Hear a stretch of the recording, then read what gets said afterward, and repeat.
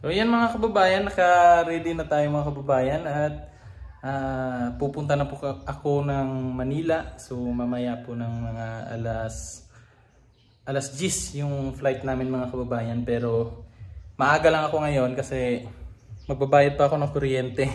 So baka magkita kami ni Kuya Mang Eli doon sa Manila mga kababayan kasi andun pa po sila. So tinawagan ko siya kanina at baka pwede kaming mamaya makapag kita so doon sa Manila mga kababayan. So ayan, samahan niyo po ako ngayon sa bagong journey ng aking buhay mga kababayan at mga sa 31 siguro mga kababayan pa Japan na kami. So ngayon 29 papunta kami ng Maynila and then 30 mag-process ng ibang mga doon. So yun, samahan niyo ako ngayon mga kababayan. Tara!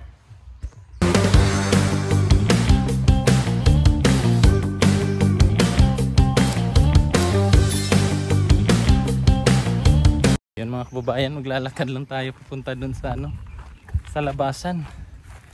So baka makasalubong tayo ng tricycle. May mga malita na konti lang naman yung malita ko mga kababayan. So 20 kilos ang luggage and then 7 yung pack.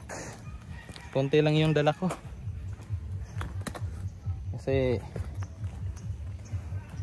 doon na lang ako mamili ng ibang gamit. So, lakad muna tayo. Mga kababayan, at nandito ako sa dati ko pong tinatrabahuan. So dito ako nagtrabaho dati mga kababayan, kami ni Kuya Mang Eli. So dumaan lang ako dito mga kababayan kasi kanina medyo maaga pa tayo pumunta dito.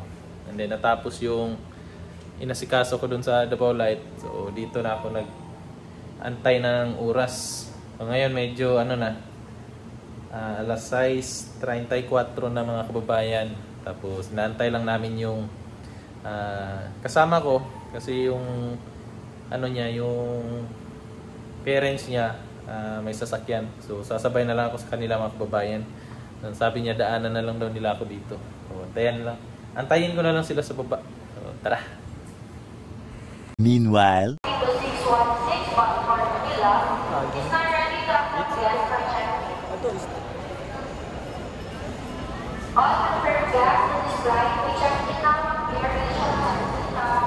so yun mga kababayan, na-delay kami. Delay yung flight namin. So antay-antay lang muna kami. Nandito na kami sa airport mga kababayan. So boarding na kami.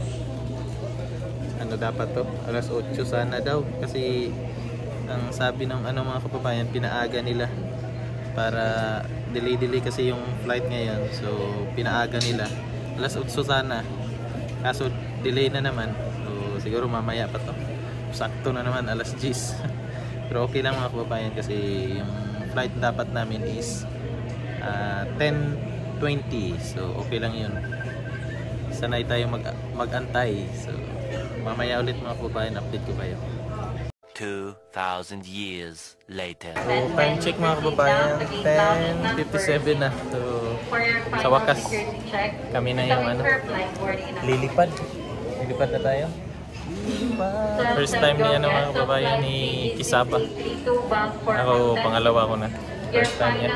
Anong nararamdaman? Gusto kong pumasok sa malita. So, pasok na tayo mga kababayan. Malapit na tayo.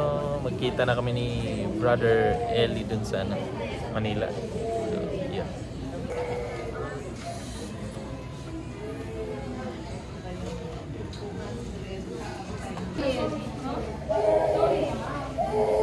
Pasok na kami mga kababayan. So, ito na.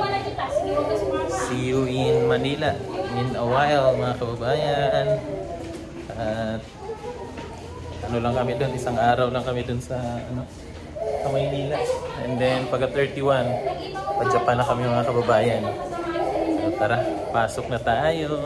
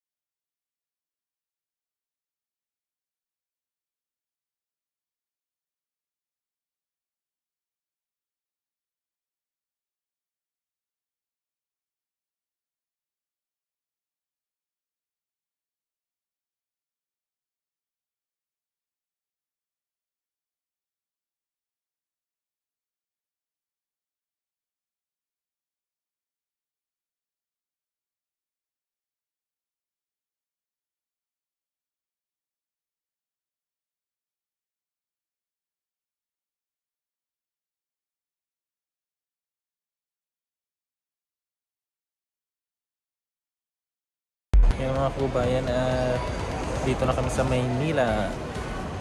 Naantay lang namin yung mga kababayan, yung bagahe namin. So antay-antay lang namin. Iyon o. Naabangan pa namin. Hindi pa nagdating. Nauna pa kami sa malita namin. Naabangan lang natin. Few inches later. At ayan mga kababayan, nakapag-book na po kami ng Grab. Mag-Grab lang po kami dito. So inaantay lang namin yung driver na susundo sa amin mga kababayan. So sa Makati pala yung namin ngayon mga kababayan, yung punta namin. Abang-abang na lang tayo, no?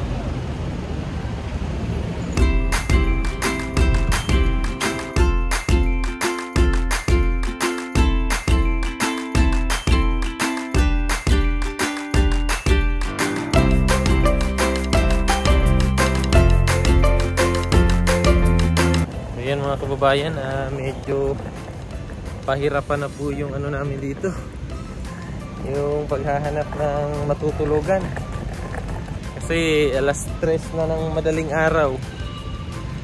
Tapos kung pa kasi kami mga kababayan, kung mag hotel pa kami, alanganin na kasi alas 3 na. So, gagawin namin baka sa 7-Eleven na lang kami magpalipas. Then bukas pupunta kami ng agency, saka kami maghanap ng hotel. So yun po. Tomorrow. Yan, at andito kami sa mga kababayan, agency. So dito na kami. Pero di pa nag-open. Siguro mga alas 8 pa to. So dito na kami para at least maliwanag na, safe na kami dito. Pero wala pa kaming tulog mga kababayan para sa pangarap. Antayin muna natin na magbukas yung agency. Antay lang tayo dito sa labas. Aray ko po. Meanwhile, so ayan na mga kababayan, at medyo mataas na po yung araw dito. Sumikat na yung siharing araw mga kababayan, at open na po yung agency namin dito. So hindi ko na po ipapakita sa inyo kung ano yung mga gagawin doon sa loob kasi na yan, confidential na yung mga iba din mga kababayan. So maraming salamat po sa inyong pagsama sa ating pagpunta dito sa Manila mga kababayan. At bukas pa-Japan na po kami mga kababayan. At sana ngayong araw mabigyan tayo ng chance na makita si Kuya Mang Eli. So yun mga kababayan, at maraming salamat po sa inyong panonood, at sa mga hindi pa po nag-subscribe ng aking YouTube channel, mag-subscribe na po kayo. Ayan medyo malaki na yung ating eyebags kasi hindi pa tayo natulog, 24 hours na tayong gising. So mamaya pa kami. So ayun, maraming salamat po, hanggang sa susunod. Bye bye.